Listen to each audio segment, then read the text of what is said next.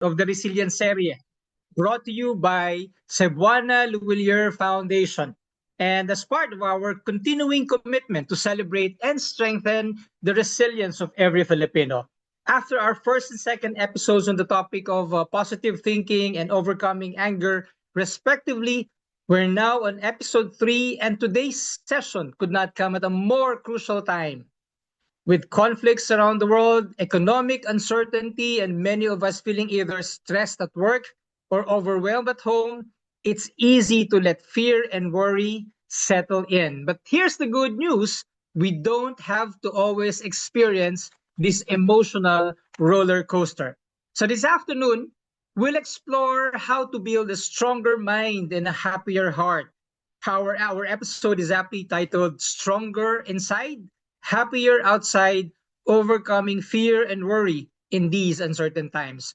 Our guest is someone whose calm presence, lightness, and wisdom have helped thousands around the world, and he has been a student and teacher of meditation for over 40 years. He travels globally, sharing perspectives that promote peace of mind, emotional clarity, and inner strength, qualities we all need more than ever. He's visiting the Philippines, by the way, to help facilitate the annual retreat of center coordinators of Brahma Kumaris meditation centers across the Asia Pacific. That includes the Philippines, South Korea, Japan, New Zealand, China, of course, Australia, among many other countries. So, friends, let me welcome our resource speaker, a longtime meditation practitioner, teacher, international speaker, and the national coordinator of Brahma Kumaris Australia, BK Charlie Hogg. So over to you now, Charlie.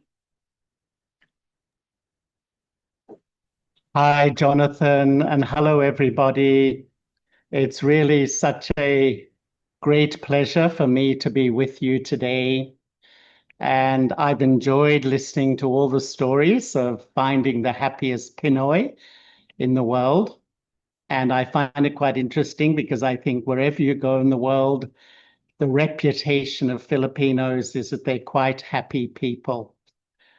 So what I'd like to do today is just share a little bit about dealing with fear and worry.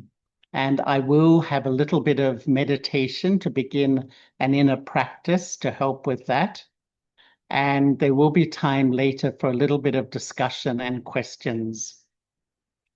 Some say that there's two prime emotions in life, love and fear, and that all other emotions stem from these two. All of us know how absolutely paralyzing fear can be, but we also know how life-changing love can be. And some say that love is letting go fear. And I have a friend in Australia who is a very old and dear friend, and I've known his mother too for a long time. And his mother was a person who's very lovely, very sweet, but she would describe herself as someone who was quite anxious and fearful, which I think is extremely common in our world today. And some years ago, my friend rang me and said, my mum has got cancer, and it just increased her whole anxiety levels. And so she was unwell for a time and was going through a lot of difficulties. And then he rang me once again and said that actually she's become terminal. Can you go and see her? So I went to visit her in hospital. And I have the scene so clearly in my mind that I walked into the hospital and it was about dusk. It was in the evening and it was getting very dark. And I came to the room and I just stood at the entrance to her room. It was so dark inside, and I could just see her silhouette lying in bed. And so I went in so quietly, like I made no sound. I sat down, I could see a chair, just a vague outline. And I sat there for 2 minutes, and then out of the darkness, she said, Charlie, I love you. And quite honestly, it was so uncharacteristic of this lady. And it was almost like once she realized that she was not going to survive, that she was terminal, she just said, what have I got to lose? I may as well be the person I always wanted to be. She let go her fear and really began to express love. And really, I think sometimes how in life we dance to the tune of our fears. We worry so much, what will other people think? If I express my ideas, express my feelings, express my beauty, even allow myself to be vulnerable, we're always worried and fearful what others may think of me, how they will take my behavior. And you know, that meeting of her really inspired me to be the person I want to be now, rather than just live within all my fears and worries, but really express the beauty within myself. And if I look at all the things I value in my life, I would say the experience of love is number one. And I'm sure all of those listening today, you would say much the same. My observation, and really, I'm on a spiritual practice. And I would say that spiritually, I watch myself and I observe myself. I learn from my inner world and how I react. And when I notice that my heart is full of love, I feel very easy, very relaxed, very calm, and definitely more generous and kind to other people. But I would say that the most powerful thing in life is a loving heart. A loving heart can break down barriers, can fill empty hearts, can heal hearts in pain. But the other end of the spectrum is fear. The second fear grips my mind, my heart begins to palpitate, my stomach turns, adrenaline courses through your system. You become wired. You know, you're really wired. And just as love is the seed of so much positive emotion, I would say that fear is the seed of so much negative emotion. When there's fear, we become tense, we become stressed. You know, we really feel very, very uncomfortable. I can't relax, I can't concentrate, I can't sleep. And this is why a part of the spiritual journey is beginning to learn about my inner world, how to understand and manage my fear. And, you know, even it helps me physically because there's a lot of research today that tells me that there's a deep relationship between my emotional state and my physical state. And there's a deep relationship between your heart health and fear. And if I was to say to you, wherever you're saying, let's imagine there's a fire in your building. If you're sitting watching, someone comes in and says there's a fire, what's the first thing that would happen? Your heart goes boom, boom, boom, boom, boom, boom, boom. If every day of your life you have fear of a personality in your family, you have fear of your boss, you have fear that you won't be good enough in your work, you have fear of outcomes, that things may happen, you have fear of failure. This emotional fear that we carry day to day in our life is putting pressure on my heart. My heart is just a little pump and it will break down. And this is why really investment in me and my spiritual, emotional health is also investment in my physical well-being. And I would say, what is fear? Fear is an emotion experienced in anticipation of danger, evil, or pain, whether real or imagined. Fear is an emotion experienced in anticipation of danger, evil, or pain, whether real or imagined.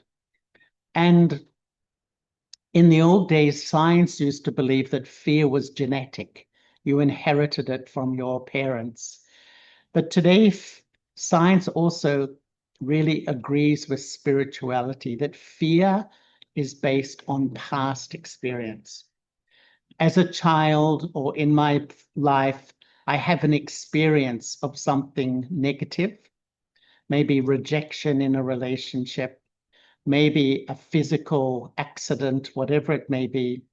Once that's recorded, it overlays and influences how I react to life in the present. I fear certain situations around me. And once I saw a video of a little girl in India with a king cobra, and the cobra had the poison taken out of its mouth.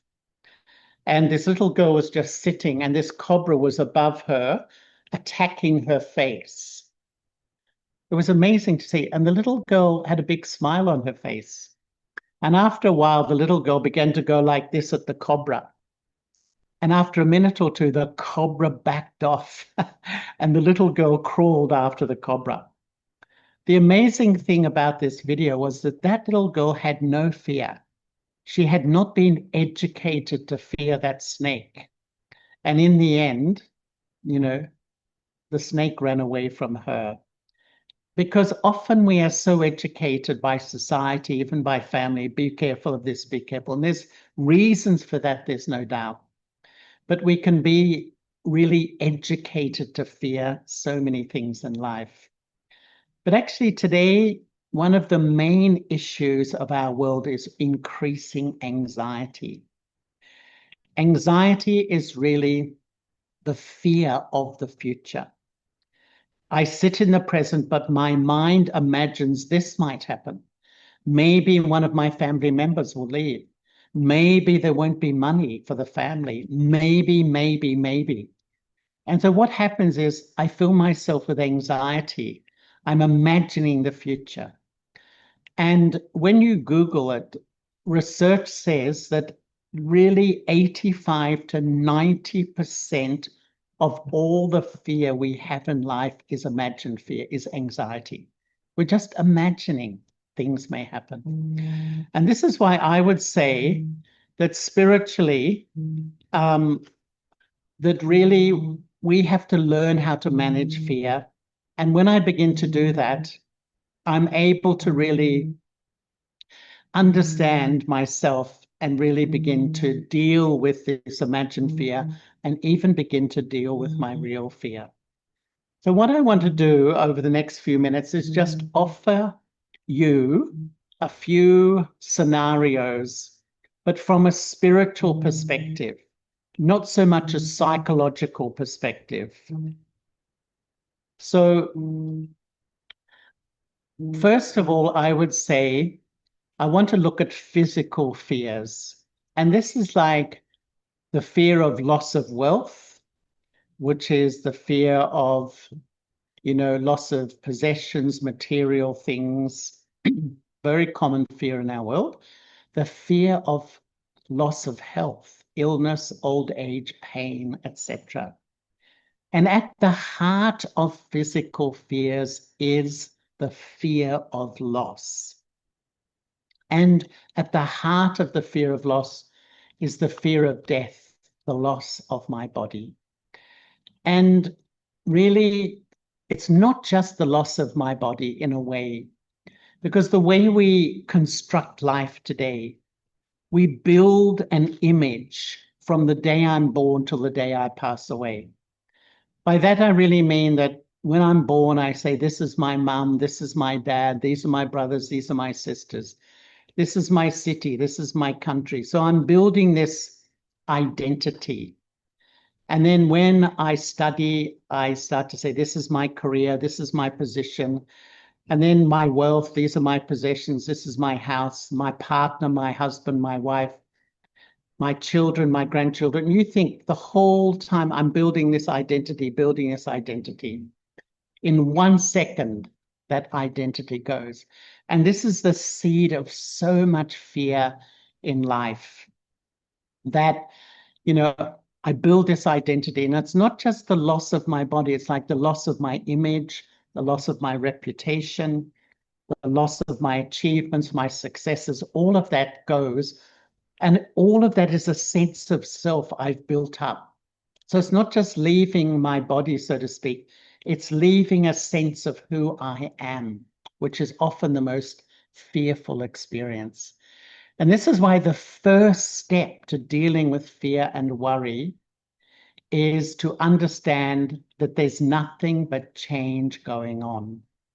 The most permanent thing in life is change. And one analogy I really love for life is that life is like a train journey. When you're on a train, what happens? The train stops at a station. People hop on the train, people hop off. It goes to the next station. People hop on, people hop off. It goes to the next station, the same thing happens. And eventually you hop off the train. The train is life. People come into your life, people go out of your life. Money, wealth comes into your life, money, wealth goes out of your life. You know, everything comes and everything goes. The problem is when I attach my heart to anyone or anything, I build fear and worry into my life. The more I attach my heart, the more I fear losing that which I become dependent on. But we would say, well, this is our culture. This is the nature of life today. But has it always been like that? Because spiritually, we can actually understand a different outlook. And this is why we begin to look at what is constant in all this change. What is constant in everything changing in my relationships, the nature of society, my work, the world, everything is changing so fast, but what is constant? One of the real reasons that we have so much problem and we fear loss is that I've forgotten the permanent self. I know my temporary self, my body. My body and that whole identity I've built up is always going to be temporary. And this is why the second step on the journey to dealing with fear and worry is that I begin to understand who I am. And I would say that there's 3 personalities inside all of us. 2 of them make me very afraid. They increase fear and worry in my life, but one of them starts to help me deal with my fear and worry. The first personality I call the I of arrogance or the I of superiority. And this identity, this personality takes this whole sense of self from the labels of my body. Who am I? I see myself as my gender, my nationality, my religion, my profession, my family name, a whole lot of labels. But what's common to all those things? They are all temporary. And so when this personality is ruling, subtly I compare with others. We are always comparing with others, whether consciously or unconsciously. And I compare with them and I think, I am better, I know more, I am right. But when it comes into my feelings and emotions, when my ego is dominant in my inner system, I feel so easily insulted, disrespected, not valued, excluded, sensitive. Sensitivity, feeling very sensitive to other people and situations is actually my ego. And when ego is dominant in my inner system, there's a lot of fear in my life. Because ego is like a facade I build. I build this temporary image, but behind it, I don't feel so confident. So I have so much fear that people will look through my facade and see I'm not so confident. I don't have so much love and respect for myself. And I have so much fear that I won't be able to live up to the expectations of others. I project the image and I have fear that I won't be able to hold the image and people will see that I'm not as good as I look. So that's the first personality. So when my ego is dominant in my system, a lot of fear in life. But actually the second personality is even more influential. It's the ego of inferiority. And I would say my lack of self-esteem, my lack of self-respect. This is a form of ego too. And this personality also takes its sense of self from all the labels of my body.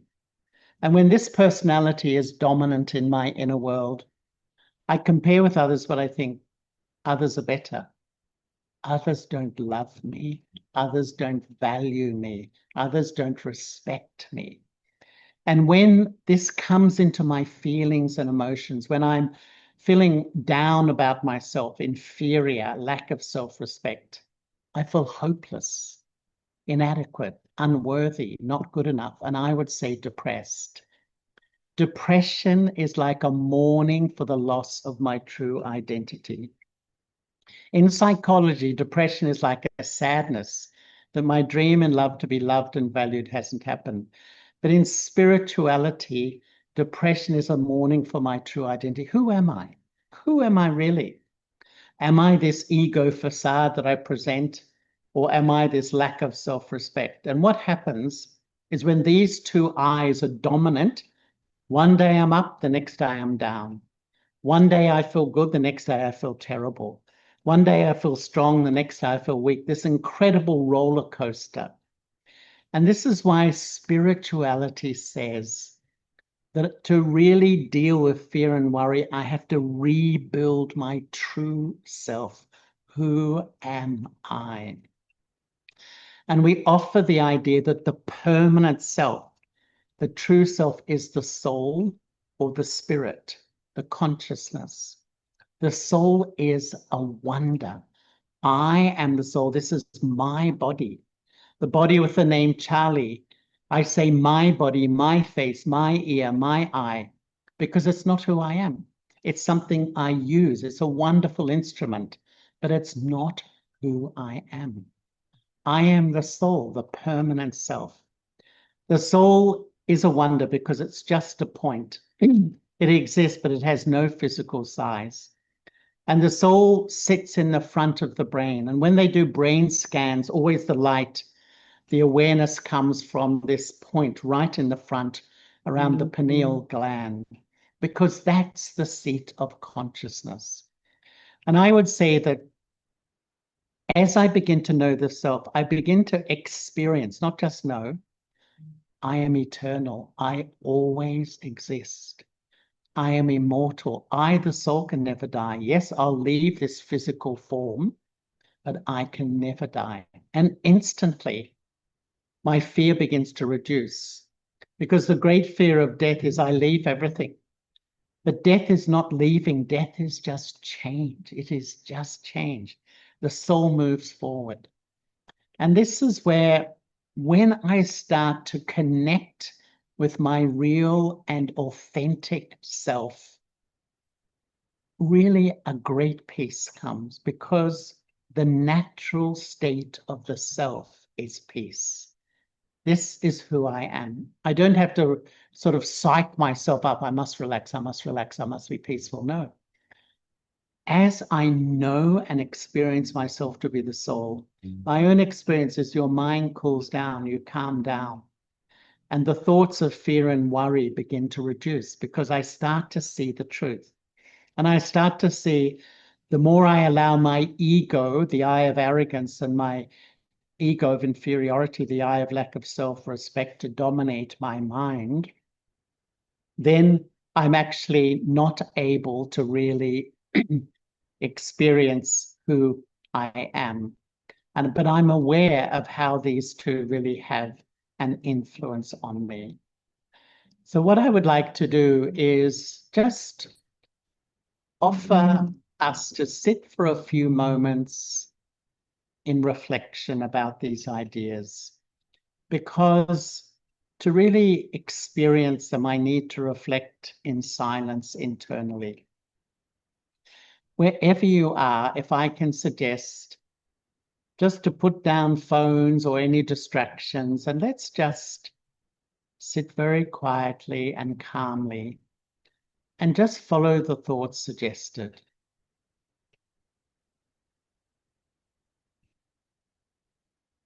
Let me begin the journey to know and experience my true self, knowing that the more I live in the awareness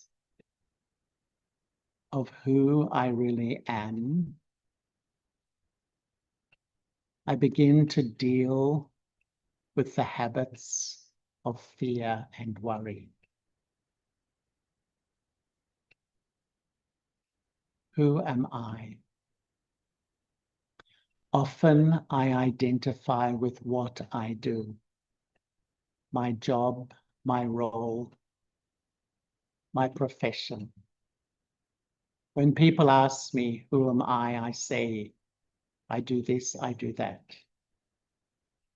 That is not who I am. That is what I do. And let me just gently step back from identifying with what I do. And just for a moment, imagine yourself sitting above yourself, in looking back at yourself, sitting in the chair, listening to this webinar. Almost imagine yourself above yourself, looking back at your body. Look at all the labels on your body, your gender, whether you're male or female, the nationality of your body, you're a Filipino, I'm an Australian, the religion, the profession, all the labels of your body. That is not who I am. These are just the labels representing my physical form. And all these labels are temporary. So let me step back from identifying with the labels of my body. And then in this sweet place, as I go deeper and deeper inside, I look at all the memories in my memory track of my life.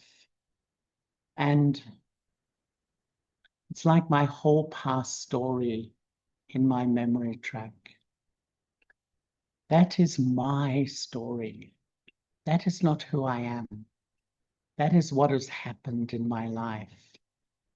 The way I've been treated, what people have said, what people have done. Even step back from my story and feel yourself sitting so lightly in the forehead. I am a peaceful soul. I am a peaceful soul. Peace is my natural state. And when I begin to live in the awareness of my true self, that I am a soul, I always exist. The soul is immortal and eternal. I can never die. Just feel yourself calming down and relaxing. Wisdom is to enjoy life, love life, but not attach my heart to anyone or anything. The more I attach my heart to anything temporary, whether it's my work or my role, whether it's to my body, or even whether it's to my family and friends, I build fear and worry into my life. The law says the more I attach my heart, the more I build fear of losing that which I'm dependent on. And so this is the inner journey to know myself. And when I begin to understand that there's nothing but change going on, it's the nature of human existence.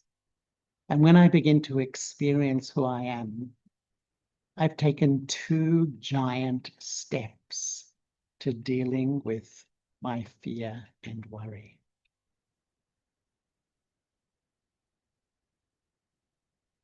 So thank you for those few little moments, everybody. And I would say that really this inner journey is so important. And if you have time each day, wake up in the morning, spend a little time with yourself, reminding yourself of these truths. It will have such a positive impact on your life. So we've discussed the first set of fears, physical fears, the fear of loss. The second set is psychological fears. And these can be mental fears of failure, of change, emotional fears of being rejected, not being loved. But there's a thing in psychology they call phobias. And phobias, I would say, psychology often calls them irrational fears. There are 400 known phobias classified in psychology. Claustrophobia, the fear of a confined space. Aviophobia, the fear of flying. Arachnophobia is the fear of spiders. There's hundreds and hundreds of phobias which we all have.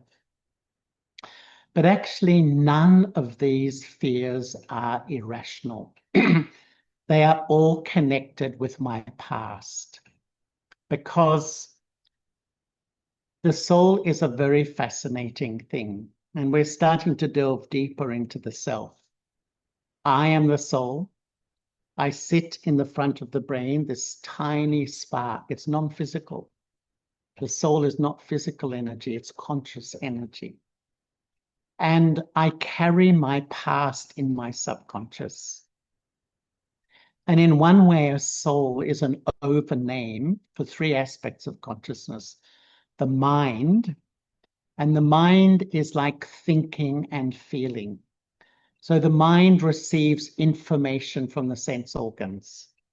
So what you hear, what you see, what you taste, what you feel is recorded and is sort of put up. That data is put up on the screen of the mind. So the mind receives data from life. The second faculty of the self is the intellect. The intellect is assessing the data.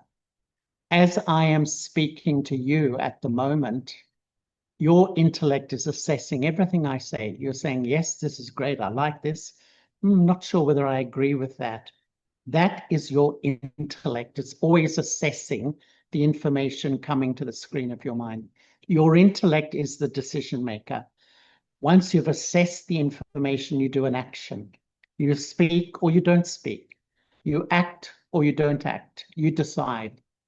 But the wonder of the soul is that every single action is recorded in my subconscious. So who am I? I am the sum total of all my past actions and experiences. And so all the recording of my past is sitting in my memory tract. So as a child, if I'm bitten by a dog and it hurt me, every time I see a dog, it alerts my subconscious and fear goes, be careful, because what happened in my childhood overlays and affects my present. If in my childhood, I didn't feel a lot of love in my family, whenever I enter a relationship with a friend or a partner, fear comes. Will they also not love me? Will they also reject me? So my past is overlaying and influencing my present. And this is why I would say the first step on the journey to dealing with fear and worry is to understand there's nothing but change going on. The second step is to know and experience my true self. But the third step is to understand the journey of the true self, how I've reached this point, and why I carry all these seemingly irrational fears. Some of us are so afraid to express our opinion. We see our friends and our family sometimes are quite happy to say what they think, but for me, it makes me feel very uncomfortable, very fearful, because I've had a past experience or I've lived in a family or a culture where it's not encouraged to express my opinion. So many of the recordings of fear in my subconscious are overlaying and affecting my present life. There are hundreds and hundreds of fears most of us experience, and it's like we dance to the tune of my fears. These fears affect my decisions in life, often very negatively. And this is why when we begin to practice meditation, there's 3 reasons we meditate. Meditation is in one way just thinking properly, just using my thoughts in a positive way to get a good experience. Firstly, when I learn to meditate, I learn the art of feeling relaxed in the present. I learn how to calm myself down and experience inner peace. I would say this is one of the greatest skills of life, to use my own thoughts to feel peace. But secondly, good quality meditation starts to clear all the past in my memory track, all the fears, all the phobias, all the worries, all the tensions that are sitting in my past and overlaying and affecting my present. The more I meditate, it's like I'm freeing myself from my past. I'm resolving, because now I realize that I'm not a temporary body. I can never die. And I start to have a whole different perspective on a lot of the things which made me fearful in the past. The third reason for meditating is that I begin to do actions, positive actions, to create my future, because I am the creator of my destiny. Life is not random. It's not about luck. Really, when we go deep into truth, my actions now, the quality of my actions, are creating my future. Excuse my throat. So when I begin to realize this, I begin to see that the more I spend time in this quiet reflection, to know myself, experience myself, change myself, liberate myself from my past fears, I'm freeing myself through my inner practice. So I would say even the 4th step to a life without fear and worry is freeing myself from the fear and worry of other people.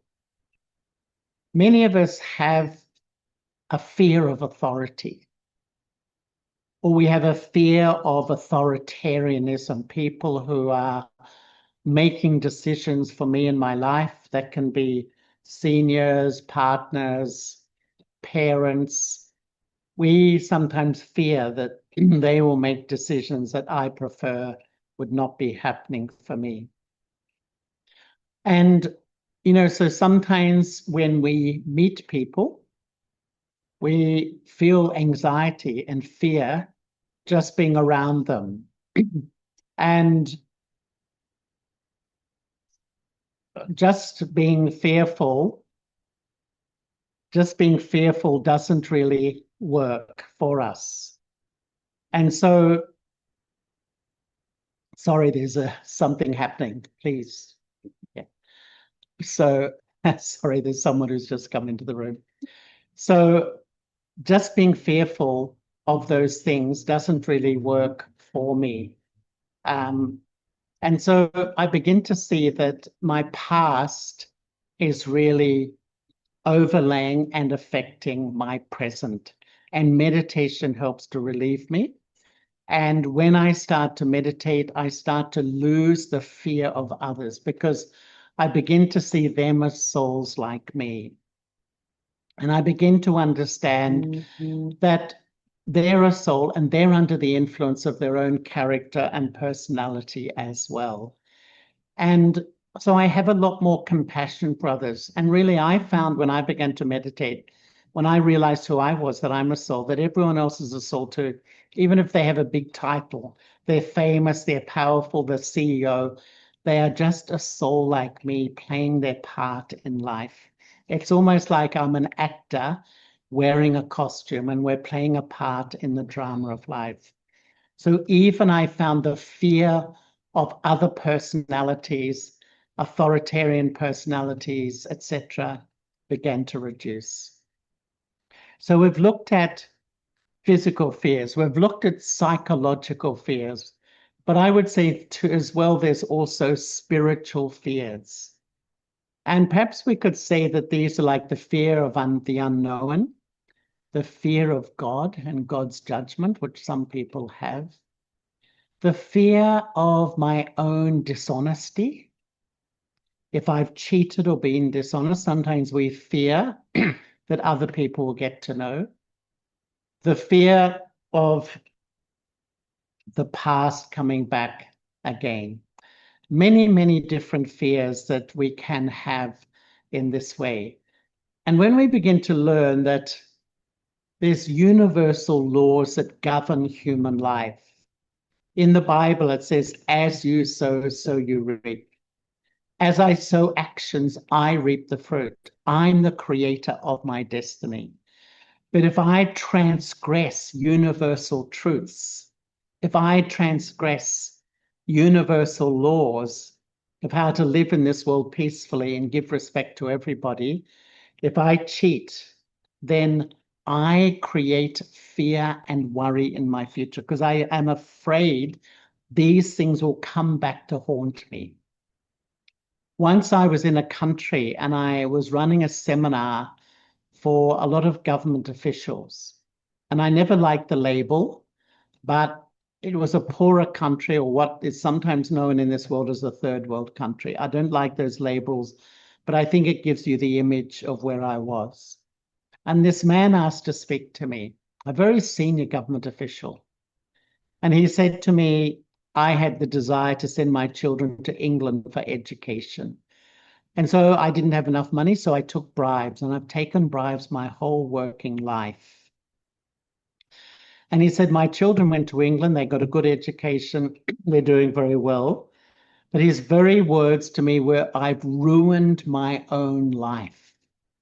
I am so afraid that my community will know that I was a cheat. I was dishonest. They hold me in high esteem. So it's like sometimes my desires make me do actions. I desire wealth. I desire a positional power. But underneath it, that dishonesty to get there fills my life with fear that my reputation will be exposed. I will lose my prestige and my image for the world around me. And this is why I would say the next step to dealing with fear is honesty, to actually live an honest life. Be honest with myself, be honest with God, and be honest with others too.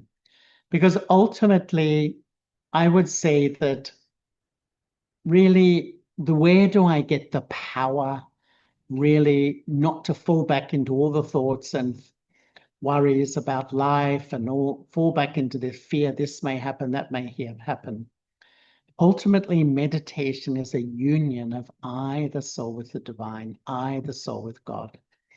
And it's a process of knowing and experiencing who I am, and then seeing God as light like myself.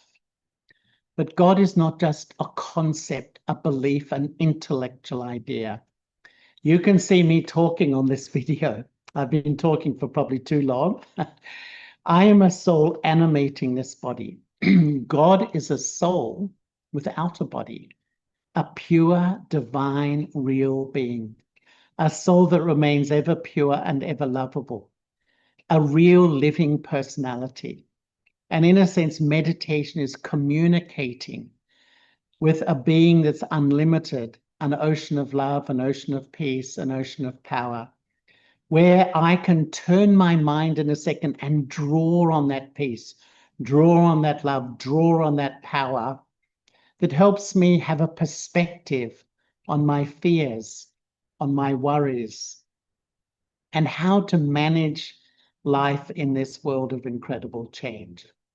Anyway, I am observing the time, and Jonathan has mentioned to me that to finish around this time, and maybe there's a little time for a little bit of interaction and questions. So lovely to see you, Jonathan, and thank you for having me. Thank you very, very much, Charlie, for that truly grounding, if I may say, very empowering, very enlightening session. Yes, we now move to our Q&A portion, and I'd like to start the ball rolling by probably just asking this question. And by the way, thank you for sharing the three I's earlier. Now, I feel like I am now reintroduced to my real self. Not the I of superiority, which is ego, not the I of lack of self-respect, which is inferiority, but I as an infinite being, as a point of light, as a soul. And I think Yes. that alone is very liberating. And also for introducing the three elements of the subtle self, like the mind, the intellect, where decisions are made, and also the actions, which are actually recorded in our subconscious. But I'd like to ask this question with you, Charlie. But I'd like to also contextualize this that given the rise in global conflicts, economic stability, and climate crisis, actually many feel anxious about what's to come. And we Filipinos have a penchant of referring these matters, the future matters, to fortune teller. So I'd like to ask you, what does your crystal ball show about the future? Is it bleak or promising? And do we need to be very concerned, fearful about this? And if not, how do we handle now all of these challenges in front of us? You know, Jonathan, I feel that really fear never helps in anything. Anxiety is very counterproductive. Actually, the future could not be brighter. But like a lot of things, we are going to go through a period. We're going through the period of upheaval in our world. But the fact is that I am the creator of my destiny. Sometimes we feel that life, I'm just a victim of so many things, a victim of the state of the world, a victim of the economy, a victim sometimes of my relationships, my family, so many things. But actually, no, I am not a victim, because when I begin to learn who I am and do actions from this place of truth, these actions are so powerful. It's like a true investment in my future. To me, they use this language, blue chip investment, you know, for the high quality investment. Actually, blue chip investment is to do actions according to my truth, do actions based on the awareness of the self. And I create my destiny. And that really means that even though we can see the upheaval in our world, what can I do about it? And if I worry about it, does it help? So what I have to do is go back to where I have power. Mm. I can't control the world out there. I can't control the economy. My sphere of influence is my thoughts, my attitudes, my behavior, my actions, my feelings. And I can create the thoughts I want, the feelings I want. And this is where this goes right back to what you're doing, finding the happiest Pinoy. There is no one in the world that has good circumstances, perfect circumstances, even if you're wealthy. They often say, actually, wealthy people have more things to worry about and fear than people who live a simple life. So really, when I take control of my inner world, and this is what I feel now. And you know, Charles Darwin wrote The Origin of Species. It was his theory of evolution. You know, the essence of his theory was adapt or die. He spent a lifetime researching species and the human species. And his conclusion was, when there's dramatic change, like now in our world, there's huge change in our world, it's not the strongest who survive. The It's most not adaptive. the most intelligent who survive. Mhm. It's those who adapt to change. Right. And that's what we have to do now, is change and learn who I am. Increase the power of my inner world, and I will manage the change in these times. Thank you for that very insightful response. But despite the fact that we can be very strong inside, but there's huge influence of the external world, like social media and whatnot. How can the mind be very discerning so that I can only absorb so that I can only observe rather than absorb what's actually garbage outside. You know, I would say, Jonathan, that because we've lost our inner power, we may have intellectual power. Mm-hmm. And a lot of people today, we're highly educated, very intelligent, but I'm weak spiritually. And so to fill the emptiness, I am looking, and I often feel the mind is like a vacuum cleaner, you know. And so if someone gives me love, I take it in. If someone gives me respect, I take it in. But if someone insults me, I take it in. If there's a problem in the world, I take it in. And then I start to blame everyone else for how I feel. This is illusion. This is absolutely illusion because I'm absorbing. And what we learn automatically, when I start to live in the awareness that actually I'm the eternal soul, my body is a costume, like an actor in a theater, automatically then I become more of a detached observer. What does that mean? That means I'm participating in life. I'm loving, I'm close, I'm involved in life, but I'm not absorbing the rubbish. I have the discrimination. Well, all the rubbish on the social media, am I going to absorb it and let it disturb my inner world? If someone criticizes me, do I spend my next few months feeling hurt and angry? No. That's because I've lost my inner power, that I allow everything external to control me. Now, of course, this is a journey. It takes time. But the message is this is the time to increase my inner strength, my inner power, my spiritual power. It's the only thing that's going to work at this time in the world at the moment. Thank you for that. One of the I's, Charlie, you mentioned is the I of self-respect. To me, that's actually I would call victimitis, the victim syndrome. But how can I transfer it to another I? The I, not of ego nor arrogance, but the I of self-respect, such that no matter what happens outside, people may defame me, people may insult me. I can be able to maintain that kind of self-respect. What kind of consciousness should I have so that I can maintain this self-respect? Yes, self-respect is my natural state.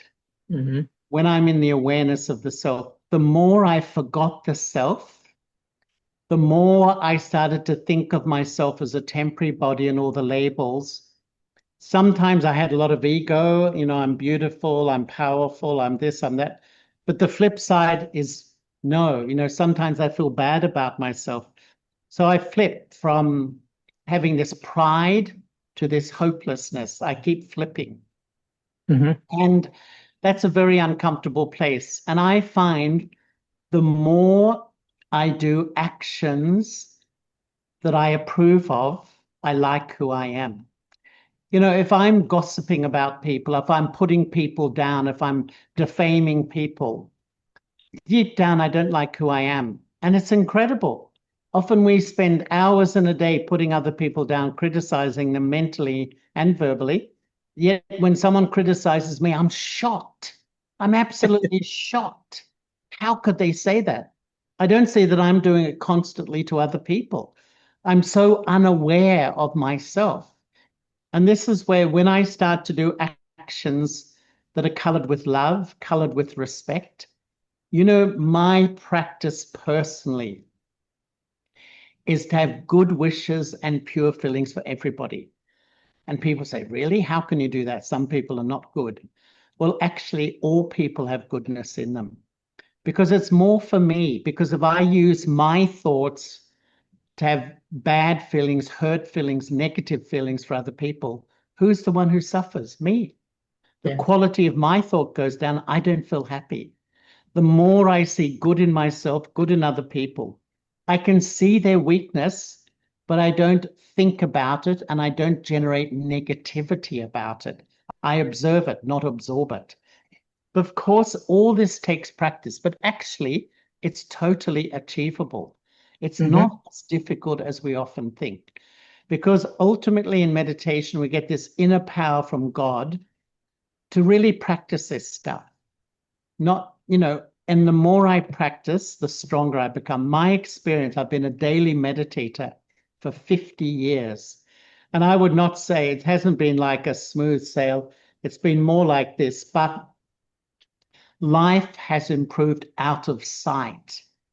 The more I've just sat with myself every morning, observe myself honestly, see what I need to change, bring change, and not let fears dominate, not dance to the tune of my fear and worry, life has become really beautiful.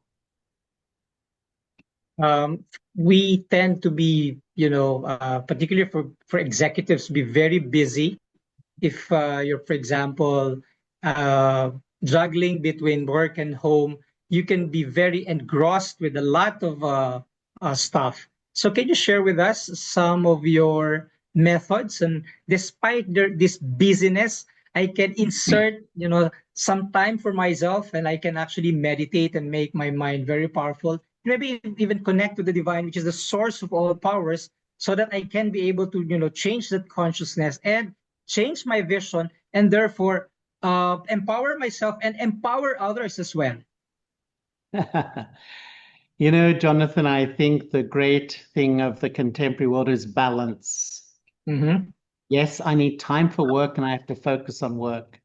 I need time for family and I have to focus on it. But I also need time for me. And I find that the more I give time to heal myself, deal with my fears, I'm a much better colleague and perform much better in the workplace. And I'm a much kinder person in my family too.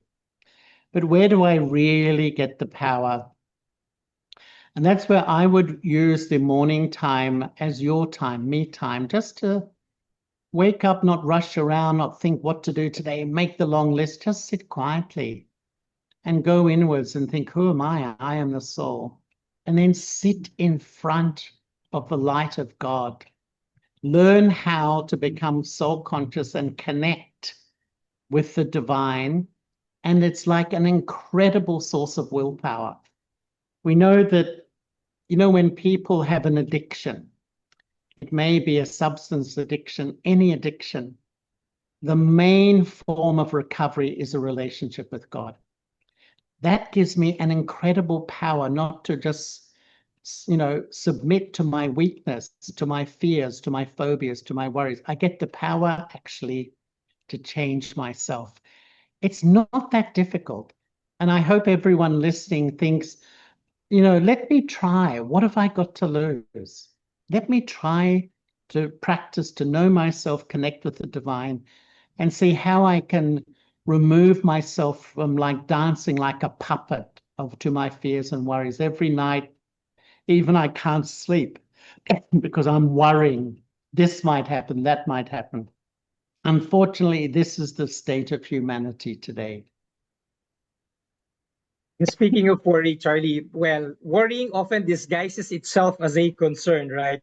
How do we distinguish between healthy responsibility and destructive overthinking when the mind gets flooded with what ifs?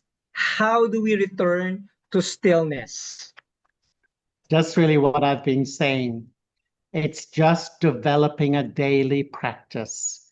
The Mm-hmm. daily practice to sit with myself, feed my intellect with healthy thoughts, my mind, positive thoughts of self-awareness, love for God. It's like a form of inner training, inner strength, inner power. And I've taught myself not to overthink. And I really, when I begin to dwell on a problem, dwell on a personality, I stop. And I have the power to put the full stop and just return to a lighter state of mind. Because all of it is a creation of my own thinking. But it is the culture of the world today to overthink. We are addicted. It's so amazing, really, that we are so educated in the external world, but we are so uneducated about the internal world. I may have a PhD, I may be, have the highest education, and yet I don't know how to stop my thinking. This is a lack of spiritual education. I've also got to do my spiritual learning to regain and take back my spiritual power. I noticed that I am the one asking too many questions. So there's a question from the chat room. How can you really say that you have attained an inner peace and happiness as others are trying to fake it or make it? Maybe this is a question of I, authenticity. I never believe in the faking it to making it. I don't feel that's, you know, in this world we have to have an image. We have to create this image in the world. I've got to be known, I've got to be out there, I've got to be seen. I don't buy into that at all. I've got to be peaceful, I've got to be loving, I've got to be humble. This is quality life. All that image building of I've got to be out there, I've got to be the big CEO of this. No, you know, when people die, you know what's on their mind? One of my best friends in Australia is a palliative care physician dealing with people who are dying. When people are dying, no one says, hey, I was the CEO. Hey, I made a lot of money. Nobody.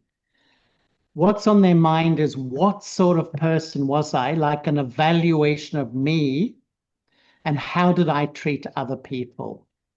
And that's the two things that really are on my mind. Am I living according to those two truths? Or am I even cheating people to get money, to get position, to get power? Because later that will affect me. Mhm. I feel to have an honest, simple, good life. It may not make lots of money. I may not be well known, but I can live with myself. I can live with my own conscience. And this is a good life to me personally. Well, that's very empowering. I think this will be my last question before we conclude this afternoon session. If you had the chance to teach every Filipino just one affirmation to repeat during times of fear, what would it be and why? I would say know yourself Mhm. and know how to attain inner peace, know and connect with God, and know how to attain love. And together, these are two anchors that ground me in life no matter what is happening around me, no matter how much the world changes, the economy changes, people change, there's conflict in our world. I have built these two anchors in my life. Ultimately, we're all going to die. And the more you realize the self, you even can lose the fear of death as well. Well, this concludes our session, Charlie. Thank you very, very much for your Thank, generous answers and your gentle wisdom. I'm sure many of us are, already feeling a little lighter and a little stronger just listening to you. But as we close today's resilience series, let's take a moment to remember the points we've already heard today. While the outside world may be very chaotic, but I hold the power to choose my inner state. I choose to remain calm, cool, and collected. Challenges are meant to test me, but I am meant to overcome. That is my strength. And when I shift from being a human doing to a human being anchored in the truth that I am a peaceful, powerful, positive soul, everything changes. In the constant connection with the Supreme Soul, which is the source of all strength, I awaken the inner powers already within me. Charlie, thank you once again for guiding us back to our inner strength and happiness. Your words today will ripple far beyond this session. So, to all our viewers, thank you for spending your afternoon with us. Let's continue this journey together as we build not just resilience, but joy from inside out. I'd like to request that as a gesture of gratitude, we turn on our video and wave to Charlie. Can we turn on our video and just wave to Charlie as an appreciation, as a token of appreciation or way of gesture of appreciation? This has thank you, been another. everybody. Thank you, Charlie, and this has been Thank you another so much. I've episode. really enjoyed being with you, Jonathan. Thank Thanks, you, and hope everyone. we can be able to have you again. I know that immediately after this session, you will be going to the airport to fly back to Sydney, and all good wishes and happy and safe journey. Well, this has been another episode of the Happiest Pinoy Resilienserye by Cebuana Lhuillier Foundation. Until the next one, stay strong, stay inspired, stay happy. Magandang gabi po sa inyong lahat. Thank you, everyone. Thanks, Jonathan. Thank Bye. you. Bye. Thank you, Thank you. Charlie. For everyone in the Zoom meeting, let's just have a quick picture, if that's okay. I hope everyone can open their cameras. Let's just have a quick picture. Hold on. Okay, smile. Hold on. Let me stop sharing my screen. All right, just a sec.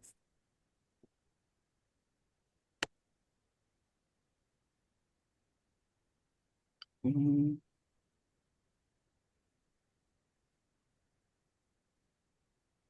Okay, medyo marami yung slides, so give me a minute. Let's see.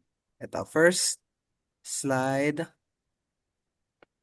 Okay, smile. Second slide.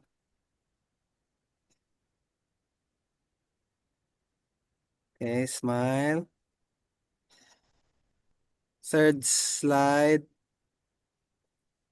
Okay.